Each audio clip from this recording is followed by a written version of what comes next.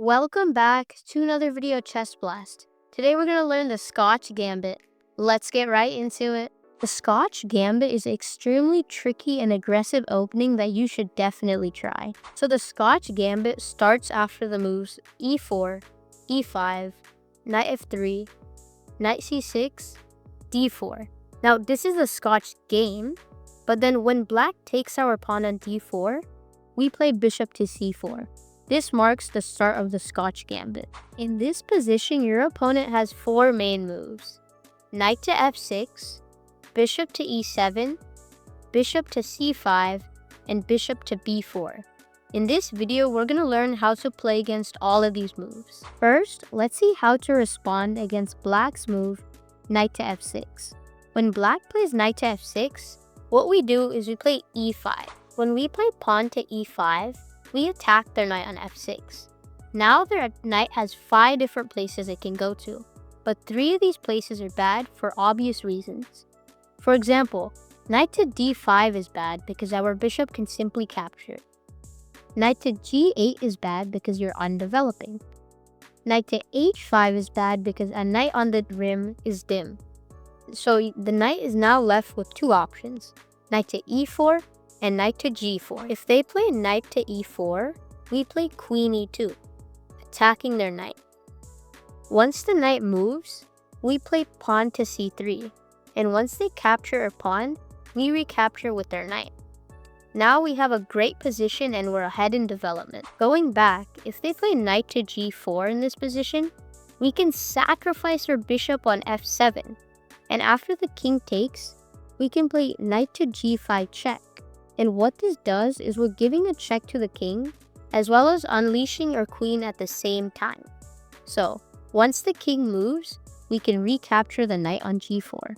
Now, since we know how to play against knight to f6, let's see how to play against bishop to e7. So, when your opponent plays bishop to e7, we play pawn to c3. Now, after they capture our pawn, we play queen to d5. And now we're hitting their pawn on f7.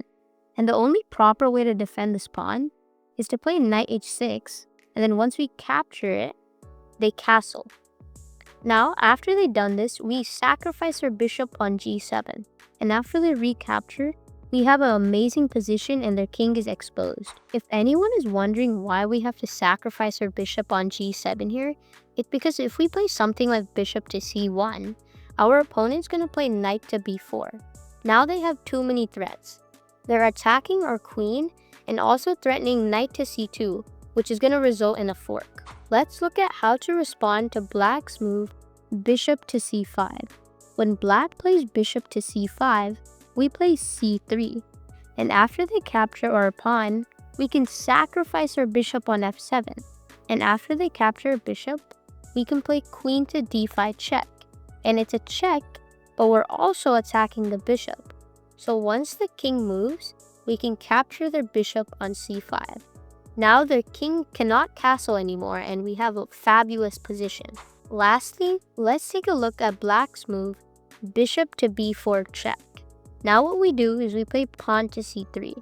After black captures our pawn, we recapture with our pawn, and now we're attacking their bishop on b4. First, let's see what to do against bishop to e7. When black plays bishop to e7, we play queen to d5. Now we're threatening a checkmate on f7. And the only way to stop this checkmate is to play knight to h6, and then once we capture their knight, castle. Now we can play bishop to e3, and we just won a free piece. Next, let's see what to do against bishop to c5. When black plays bishop to c5, we can sacrifice our bishop on f7. Once black takes our bishop on f7, we can play queen to d5, and it's a fork to their king on f7 and bishop on c5. Once the king moves, we can capture the bishop on c5. Now, our position is unmatched. Let's look at how to respond to bishop to a5. After bishop to a5, what we can do is castle. Now, after any move of your opponent, let's say knight to f6, we play bishop to a3.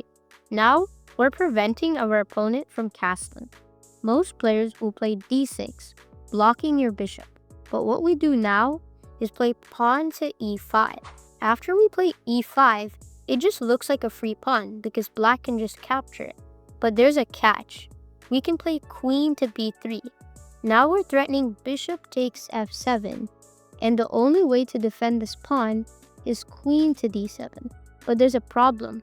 We can just add another attacker to that pawn with knight to g5.